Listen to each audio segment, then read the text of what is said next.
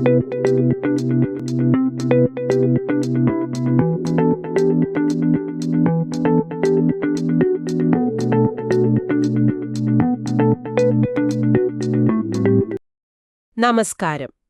നമ്മളിന്ന് ഈ പഠന സഹായി വെച്ചിട്ട് സംഗ്രഹം എഴുതുന്നതിലെ, അതായത് സമറൈസിംഗിലെ ചില പ്രധാന തന്ത്രങ്ങളൊന്ന് നോക്കുകയാണ്. ഒരുപാട് കാര്യങ്ങൾ തന്നിട്ടുണ്ടെങ്കിൽ അതിൽ നിന്ന് ഏറ്റവും ആവശ്യമുള്ളത് മാത്രം എങ്ങനെ എടുത്ത് നല്ല ക്ലിയർ ആയിട്ട് ചെറുതാക്കി പറയാം, അതാണല്ലോ ലക്ഷ്യം. അതെ അതെ. ഇതിൽ പ്രധാനമെന്താന്ന് വെച്ചാൽ ആവശ്യമുള്ളതും ഇല്ലാത്തതും തിരിച്ചറിയണം. പിന്നെ ഒരേ കാര്യം വീണ്ടും വീണ്ടും പറയുന്നത് ഒഴിവാക്കണം. വാക്യങ്ങൾ തമ്മിലൊരു ലോജിക്ക് വേണം. ശരിയാണ്. വെറുതെ വെട്ടിക്കുറയ്ക്കുക എന്നല്ല. അല്ലേയല്ല, ആശയങ്ങളൊന്ന് അടുക്കി പെറുക്കുന്ന പോലെയാണ്. ഓക്കെ, അപ്പോ നമുക്ക് തുടങ്ങാം. ഈ ദ ടെക്നിക് ഓഫ് സമറൈസിംഗിൽ പറയുന്ന ബേസിക് പ്രിൻസിപ്പിൾ എന്താണ്? അത് പ്രധാനമായിട്ടും ഒരു സെന്റൻസിലെ മെയിൻ ഐഡിയ, അതായത് മെയിൻ ക്ലോസ്, പിന്നെ അതിനെ വിശദീകരിക്കുന്ന ഭാഗം സബോർഡിനേറ്റ് ക്ലോസ്, ഇത് രണ്ടും കണ്ടുപിടിക്കണം. സാധാരണ ഈ സബോർഡിനേറ്റ് ക്ലോസ് എന്തുകൊണ്ട്, എപ്പോ, എങ്ങനെ എന്നൊക്കെ പറയുകയാവും. സംഗ്രഹിക്കുമ്പോൾ എന്ത് സംഭവിച്ചു എന്നതിനാണ് കൂടുതൽ പ്രാധാന്യം കൊടുക്കേണ്ടത്. അപ്പോ അധികമുള്ള ഡീറ്റെയിൽസ്, ഭയങ്കരമായ വിശേഷണങ്ങൾ ഒക്കെ ഒഴിവാക്കാം. അതെ, അതൊഴിവാക്കുമ്പോൾ ആശയം കൂടുതൽ തെളിയും. ശരി. അപ്പോ നമുക്ക് എക്സാമ്പിൾ 1 ദ നൈൽ എന്ന ഉദാഹരണം നോക്കിയാലോ? ഇതില് നൈലിന്റെ ഒഴുക്ക്, വെള്ളപ്പൊക്കം, ആ മണ്ണ്, കൃഷി, പണ്ടത്തെ ആൾക്കാര് താമസിച്ചത്, അവരുടെ കല്ലുപകരണങ്ങൾ, അങ്ങനെ കുറേ കാര്യങ്ങൾ പറയുന്നുണ്ട് അല്ലേ? ഉണ്ട്. ഇതെങ്ങനെയാണ് ചുരുക്കുന്നത്? ഇവിടെ നോക്കൂ. നൈൽ നദി ഒഴുകുന്നു, പിന്നീട് കരകവിയുന്നു. ഇതാണ് മെയിൻ ഐഡിയ. അത് നമ്മൾ എടുക്കും. ഓക്കെ. പക്ഷേ എപ്പോഴാണ് കരകവിയുന്നത്, അതായത് വെൻ ദ മെൽറ്റിംഗ് സ്നോസ് എന്ന കാരണം, അത് നമ്മൾ ഒഴിവാക്കുന്നു. കാരണം ഈ സംഗ്രഹത്തിൽ അതിനത്ര പ്രാധാന്യം കൊടുക്കുന്നില്ല. അത് ശരി. അപ്പോ ആ കോണ്ടെക്സ്റ്റ് നോക്കണം. പക്ഷെ അങ്ങനെ ഒഴിവാക്കുമ്പോൾ ചിലപ്പോൾ പ്രധാനപ്പെട്ട എന്തെങ്കിലും പോവില്ലേ? എവിടെയാണ് ഒരു ലൈൻ വരയ്ക്കുക? നല്ല ചോദ്യമാണ്. അത് ശരിക്കും നമ്മൾ എന്തിനാണ് ഈ സംഗ്രഹം ഉണ്ടാക്കുന്നത് എന്നതിനെ ആശ്രയിച്ചിരിക്കും. ശരിയാണ്. പെട്ടെന്ന് കാര്യം മനസ്സിലാക്കാനാണോ, അതോ വേറെ എന്തെങ്കിലും ആവശ്യത്തിനാണോ? ലക്ഷ്യം മാറുമ്പോൾ പ്രാധാന്യമുള്ള കാര്യങ്ങളും മാറും. പിന്നെ ഈ through the hot plains, gently എന്നൊക്കെയുള്ള വിശദാംശങ്ങൾ. പിന്നെ rich, muddy, deep, green, fertile എന്ന വിശേഷണങ്ങളിൽ നിന്ന് ആശയത്തിനു വേണ്ട റിച്ച്, ഫെർട്ടൈൽ മാത്രം മതിയാവും. ഉപകരണങ്ങളുടെ കാര്യത്തിലും അങ്ങനെ ഒരു മാറ്റമുണ്ടല്ലോ, വെവ്വേറെ പറയുന്നതിന് പകരം.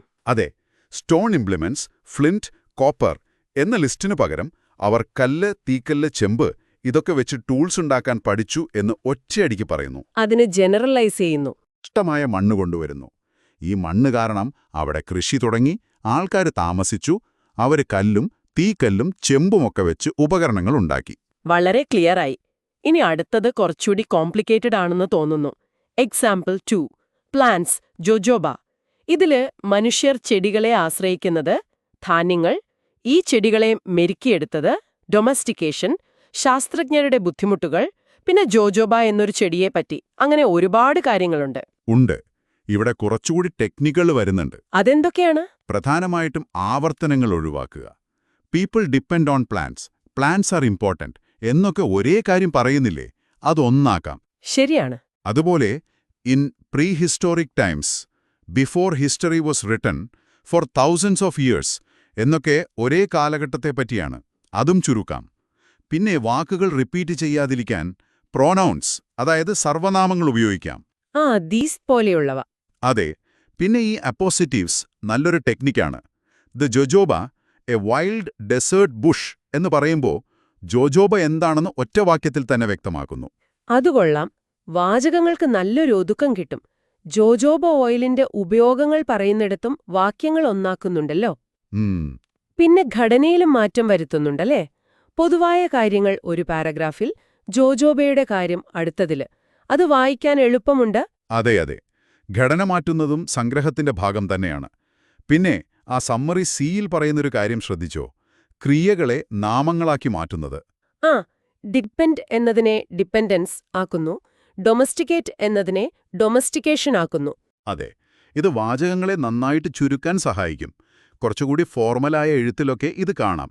പക്ഷേ ചിലപ്പോഴിത് ഭാഷയെ കുറച്ചൊരു ഡ്രൈ ആക്കാൻ സാധ്യതയുണ്ട്. അപ്പോൾ അതും സന്ദർഭം നോക്കി വേണം ചെയ്യാൻ. മനസ്സിലായി. ഈ പറഞ്ഞ ആശയങ്ങളെയൊക്കെ കണക്ട് ചെയ്യാൻ ലിങ്കിങ് ഐഡിയാസ് എന്ന ഭാഗത്ത് പറയുന്ന വാക്കുകൾ yet, however, in addition, it's, this പോലുള്ളവ വളരെ പ്രധാനമാണല്ലേ? തീർച്ചയായും. ആ ലിങ്കിങ് വേർഡ്സ് വെറും ഭംഗിക്കുള്ളതല്ല. അവ ആശയങ്ങൾ തമ്മിലുള്ള ബന്ധം കൃത്യമായി കാണിച്ചു തരും. കാരണം അല്ലെങ്കിൽ വെറുമൊരു പോയിന്റ് ലിസ്റ്റ് പോലെയാകും. ശരിയാണ്. ഒരു ഒഴുക്ക് കിട്ടാൻ അത് വേണം. അതെ.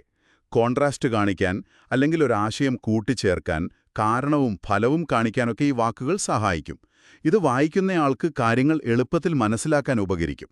അപ്പോ നമ്മൾ ഇന്ന് സംസാരിച്ച കാര്യങ്ങൾ വെച്ച് നോക്കുമ്പോ സംഗ്രഹിക്കുക എന്ന് പറയുന്നത് ആവശ്യമില്ലാത്തതൊക്കെ കളഞ്ഞ് ഏറ്റവും പ്രധാനപ്പെട്ട ആശയങ്ങൾ മാത്രം എടുത്ത് അത് വ്യക്തവും ഒതുക്കമുള്ളതുമായ രീതിയിൽ പറയുന്ന ഒരു കഴിവാണ്. കൃത്യമായി പറഞ്ഞു. ഇത് വെറുമൊരു എഴുത്ത് സ്കില്ലല്ല, ഒരു ചിന്താപ്രക്രിയ കൂടിയാണ്. ശരിയാണ്. പ്രത്യേകിച്ച് ഇന്നത്തെ കാലത്ത് ഒരുപാട് ഇൻഫർമേഷൻ ചുറ്റുമുള്ളപ്പോൾ കാര്യങ്ങൾ വേഗം മനസ്സിലാക്കാനും ഓർത്തുവെക്കാനും മറ്റുള്ളവരോട് കമ്മ്യൂണിക്കേറ്റ് ചെയ്യാനും ഈ കഴിവ് അത് നിങ്ങളെ ഒരുപാട് സഹായിക്കും. പഠിക്കുന്ന കാര്യത്തിലായാലും ജോലിയിലായാലും. അത് ഉറപ്പാണ്.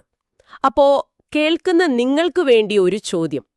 ഈ സംഗ്രഹിക്കാനുള്ള കഴിവ് നമ്മൾ നേടുമ്പോൾ അത് നമ്മൾ സാധാരണ വായിക്കുന്ന രീതിയെ തന്നെ മാറ്റാൻ സാധ്യതയുണ്ടോ? വെറുതെ വായിച്ചു പോകുന്നതിന് പകരം വായിക്കുമ്പോൾ തന്നെ മനസ്സിൽ അതിൻ്റെ ഒരു ചുരുക്കം ഉണ്ടാക്കാൻ ഇത് നമ്മളെ പ്രേരിപ്പിക്കുമോ? ഒന്ന് ആലോചിച്ചു നോക്കൂ.